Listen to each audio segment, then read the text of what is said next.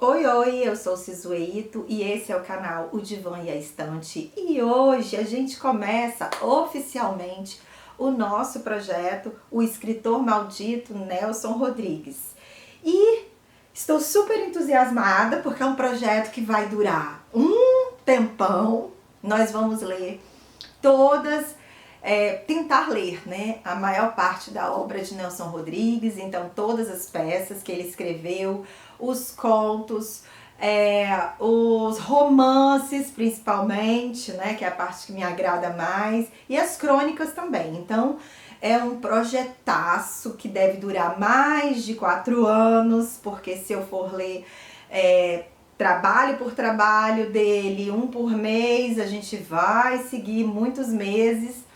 E também pretendo ler as biografias e os livros inspirados em Nelson Rodrigues. Então, começando hoje oficialmente este projeto, eu vou conversar com vocês sobre A Mulher Sem Pecado, que é essa peça de Nelson Rodrigues, que foi escrita em 1941 e a atuação dessa peça no Teatro Carlos Gomes do Rio de Janeiro, encenada em 9 de dezembro de 1942. Então, essa peça aqui escrita em 41, foi o primeiro trabalho de Nelson, assim. Ele atuava como jornalista no jornal do seu pai, como repórter policial, e aí, neste período aqui, ele estava precisando de grana e pensou, por que não escrever peças de teatro? Inclusive, ele se inspirou num outro autor da época que ganhava muito dinheiro.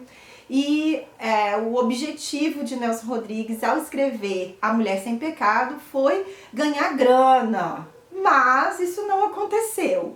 Ele pretendia escrever uma pornochanchada, que era o que estava rolando na época, mas ele não conseguiu. Graças a Deus, por sorte. É difícil falar em Deus quando a gente conversa sobre Nelson Rodrigues, né? Mas enfim, ele acabou escrevendo essa peça, que tá muito longe de ser uma pornochanchada, né? Já é uma peça que não fez tanto sucesso, não recebeu tanta atenção da imprensa, mas já sinaliza o que viria a ser Nelson Rodrigues no teatro brasileiro, na literatura brasileira.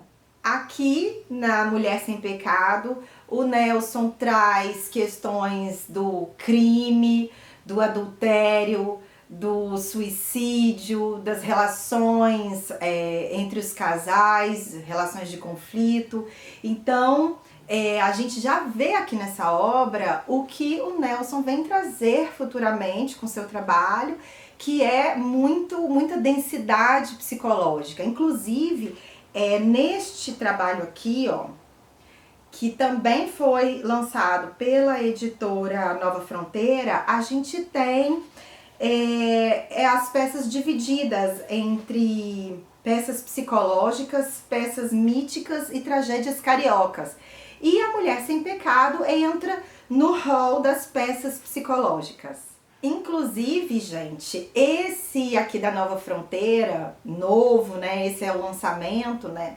Eu comprei porque eu queria ver se tinha textos de apoio mais do que esse box aqui, porque eu já tenho. Então aqui nós temos A Mulher Sem Pecado e aí eu resolvi comprar também aqui para ver se a gente tinha um material complementar nesses livrinhos aqui. Tem sim no final um texto sobre o autor, tem uma foto também da encenação da peça, já do ano 2000, que foi reencenada.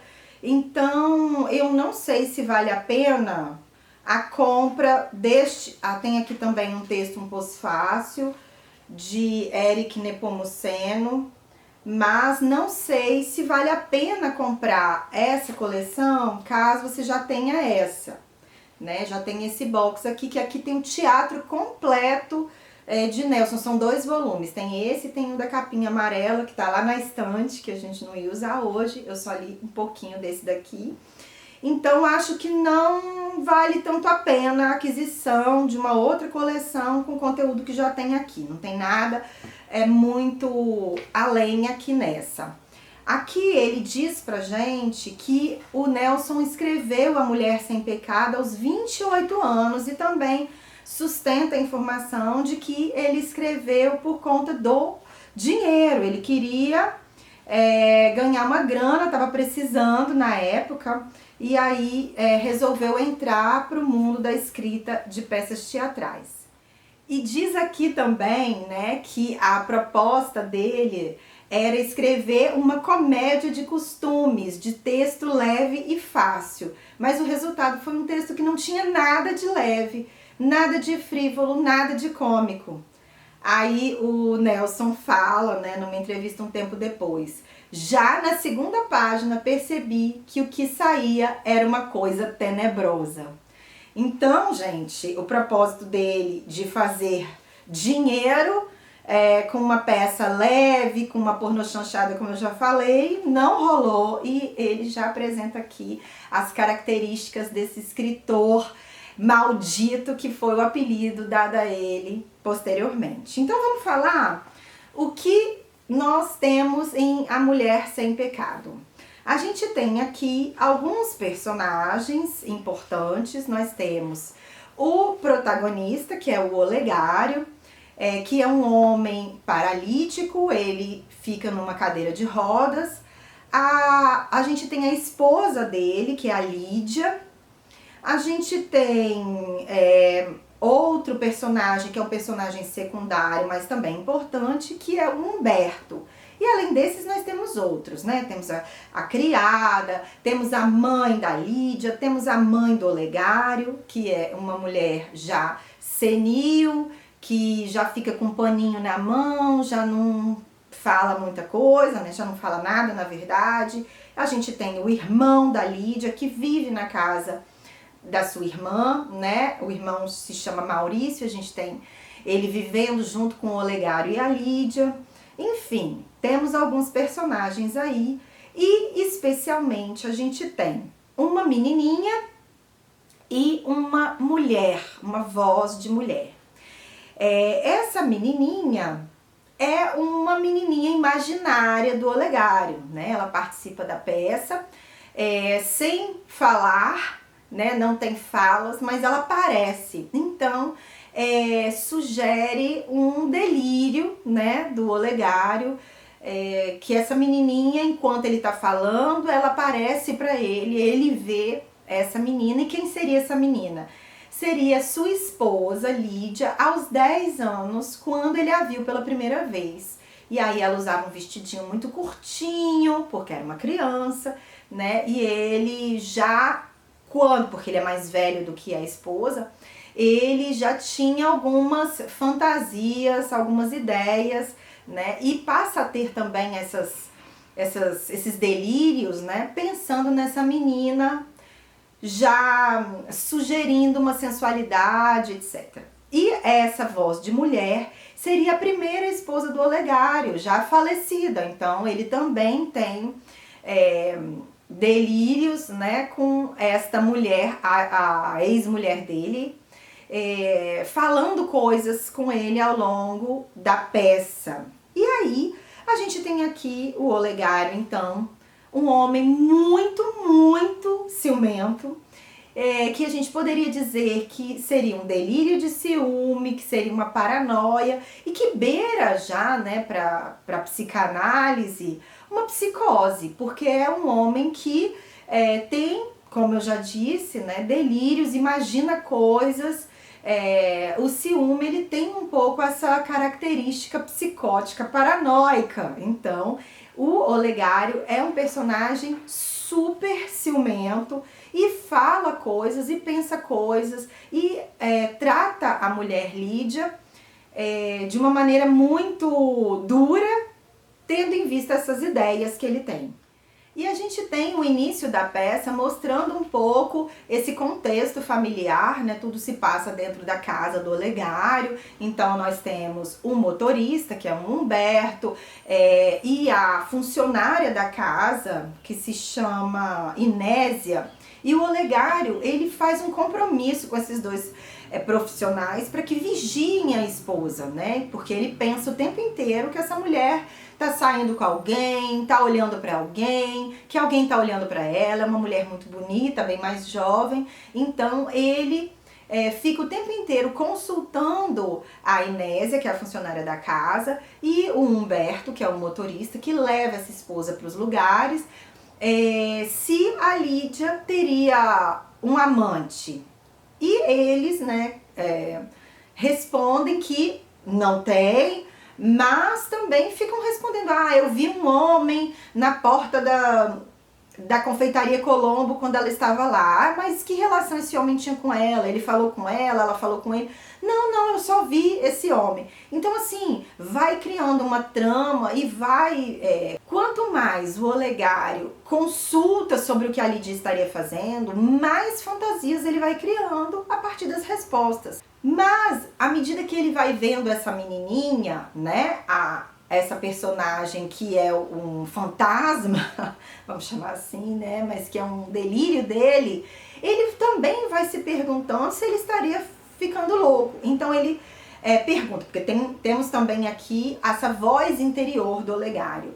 E aí ele diz assim: e eu falando sozinho, será isso um sintoma de loucura? Aí essa voz interior dele fala sobre o homem e ele diz assim: não pode ser. Um louco não se pergunta a si mesmo: serei louco?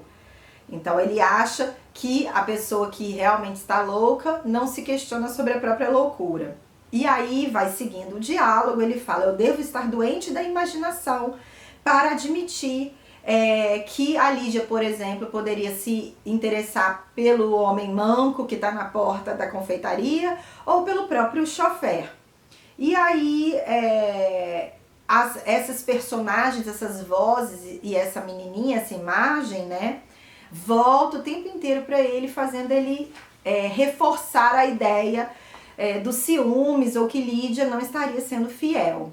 Inclusive porque ele é paralítico, houve alguma coisa há um tempo antes, que a gente não sabe o que é que aconteceu, e ele então tá na cadeira de rodas, e ele o tempo inteiro fala com a Lídia: antes de eu estar aqui nessa cadeira de rodas, você tinha outra relação comigo, você era diferente.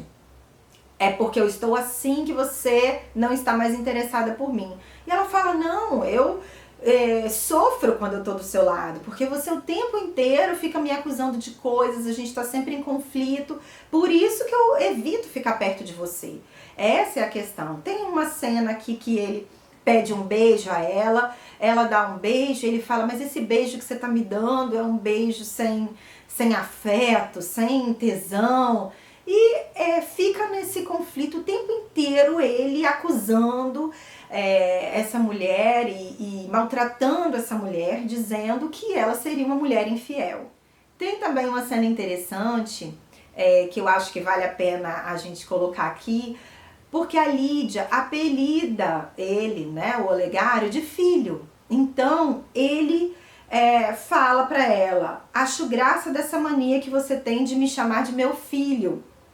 E aí ela fala: mas tem algum mal nisso? Aí ele fala: mas eu não gosto. E aí ele diz: interessante isso, você não quis ter filhos e quando acaba cisma de ser maternal comigo. E depois ele diz: você deu pra me chamar de meu filho depois que eu fiquei assim. Então, assim, será que realmente a Lídia passa a ter uma outra relação com o Olegário depois que ele sofre esse acidente, que ele fica paralítico? O texto sugere isso, mas é aquele personagem, né? São aquelas personagens de Nelson bem complexas, a gente não sabe exatamente se ela perde o interesse por ele, né? O interesse sexual, e adota, né, essa relação como uma relação mais maternal, ou se realmente ela está aborrecida pelas crises de ciúme dele. E o Olegário fica o tempo inteiro perguntando, né, ou questionando o que a Lídia teria na cabeça.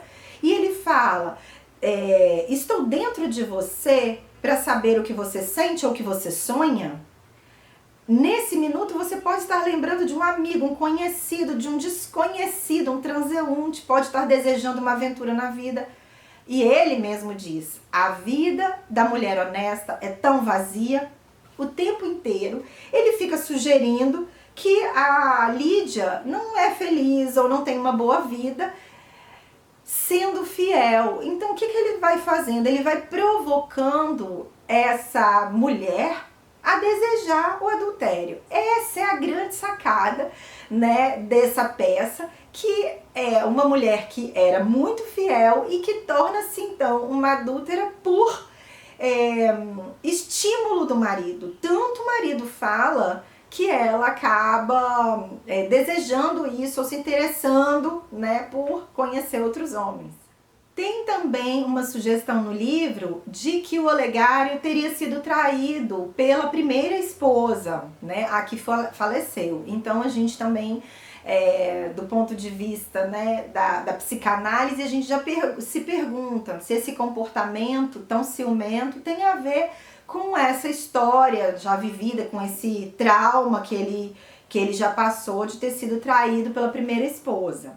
Uma passagem, né, que a gente tem aqui é o Humberto, o chofer, falando com o Olegário, né, que essa esposa era conhecida como V8 antes de se casar, que seria uma mulher que teria muitos namorados. E aí isso também enlouquece mais ainda o Olegário, que passa a chamá-la assim, que passa a tratá-la pior.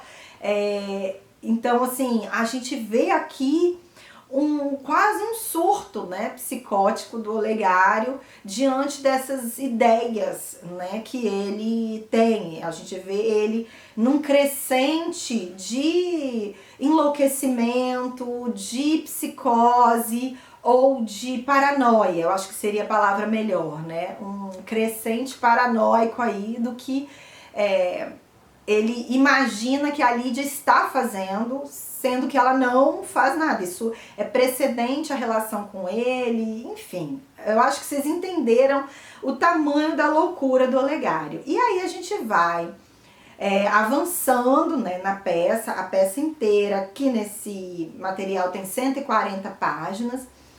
E a gente tem aqui, então, num dado momento, a mãe da Lídia vê o Humberto e a Inésia entrando no quartinho um do outro. E aí ela dá essa informação para o Olegário e o Olegário vai colocar o Humberto contra a parede.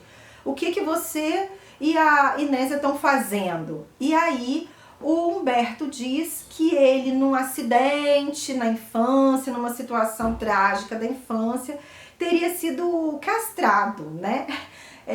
Perdeu o seu órgão. E aí o Olegário fica então super aliviado, né? Então a gente tem um homem aqui, eu não preciso desconfiar da minha esposa, com o chofer, com o motorista, porque esse motorista não pode fazer nada. E o próprio Humberto diz, não, eu posso olhar qualquer mulher, posso ver as mulheres tomando banho, que não faria diferença nenhuma, e isso alivia o Olegário. No entanto, o que a gente tem, chegando, né, ao final da peça, é o Humberto seduzindo a Lídia, pegando, né, com uma certa violência a Lídia, beijando, inclusive uma passagem dele aqui ele fala, quando gosto de uma mulher preciso insultá-la, sempre com a mesma palavra, porque ele fica sussurrando uma palavra no ouvido dela, que a gente não sabe qual é, e ele diz, todas gostam e não me chame nunca de louco.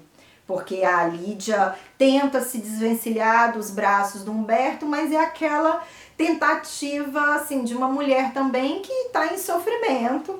Então, a gente tem o Humberto e a Lídia juntos aí ao final dessa peça. E ela, né, o desfecho aqui é que ela foge com o Humberto e deixa um bilhete para o Olegário. Mas antes disso acontecer, né, assim, enquanto isso está acontecendo, eles têm um diálogo seguinte. Eu acho que você não quer que eu seja fiel, a Lídia fala para o Olegário. Aí ele diz, ah não, ela fala, pelo menos está fazendo tudo para que eu seja infiel. Não está? Quem meteu na minha cabeça a ideia do pecado? É a sua ideia fixa. É como se a gente, assim, até no texto de apoio aqui, a gente vê uma hipótese de que o Olegário desejasse que a Lídia fosse uma mulher infiel, né? É isso que algumas interpretações podem sugerir, que o Olegário tanto fala disso, né? Tanto sugere isso, vive tanto em torno disso, que ela acaba cedendo à infidelidade. E aí nós temos no final o Olegário admitindo que ele simulou a paralisia, né? Que ele simulou, que ele está na cadeira de rodas há 7 meses, porque ele gostaria de flagrar a esposa ou provocar que a esposa fizesse algo, né? Uma infidelidade. Então ele, na verdade, não é paralítico, mas quando ela foge com Humberto, né, a gente tem aqui um desfecho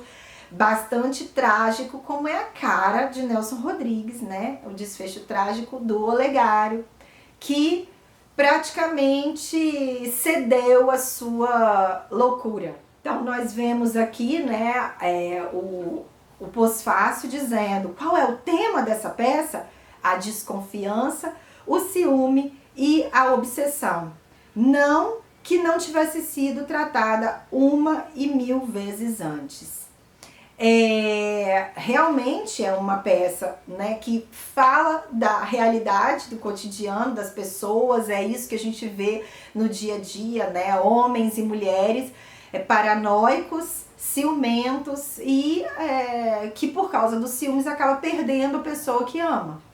E às vezes fazendo coisas loucas mesmo, insanas, como é o caso aqui do Olegário, que simula uma paralisia, que fica na cadeira de rodas por 7 meses, para tentar desmascarar uma mulher que era fiel e que ele tornou infiel. Pra gente finalizar o vídeo, então, dessa peça Mulher Sem Pecado, que é a primeira obra de Nelson, eu vou ler um trechinho curtinho aqui, que está na página 134 deste livro. Mais e melhor que ninguém, ele, Nelson Rodrigues, foi capaz de embaralhar todos os sentimentos que compõem a alma humana, buscar nas miudezas o elemento crucial de um painel que nos mostra tal como somos e deixar claro a que ponto podemos chegar. Dilui fronteiras que não se tocam, atropela os limites da obsessão e do absurdo, da mesquinharia e da generosidade, da piedade e do egoísmo, da esperança e da ruindade, do pudico e do solidário, numa mescla desaforada e sem norte. E aí segue aqui falando da linguagem enxuta, do ritmo traiçoeiro de Nelson Rodrigues.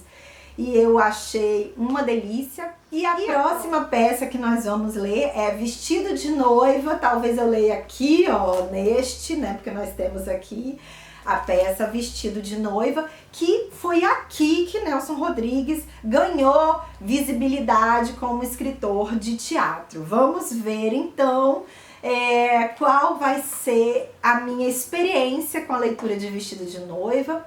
Acho que, né, a minha expectativa é de que seja muito legal, muito mais interessante, porque foi nessa peça, né, nessa segunda, Vestido de Noiva, que ele realmente ganha os holofotes.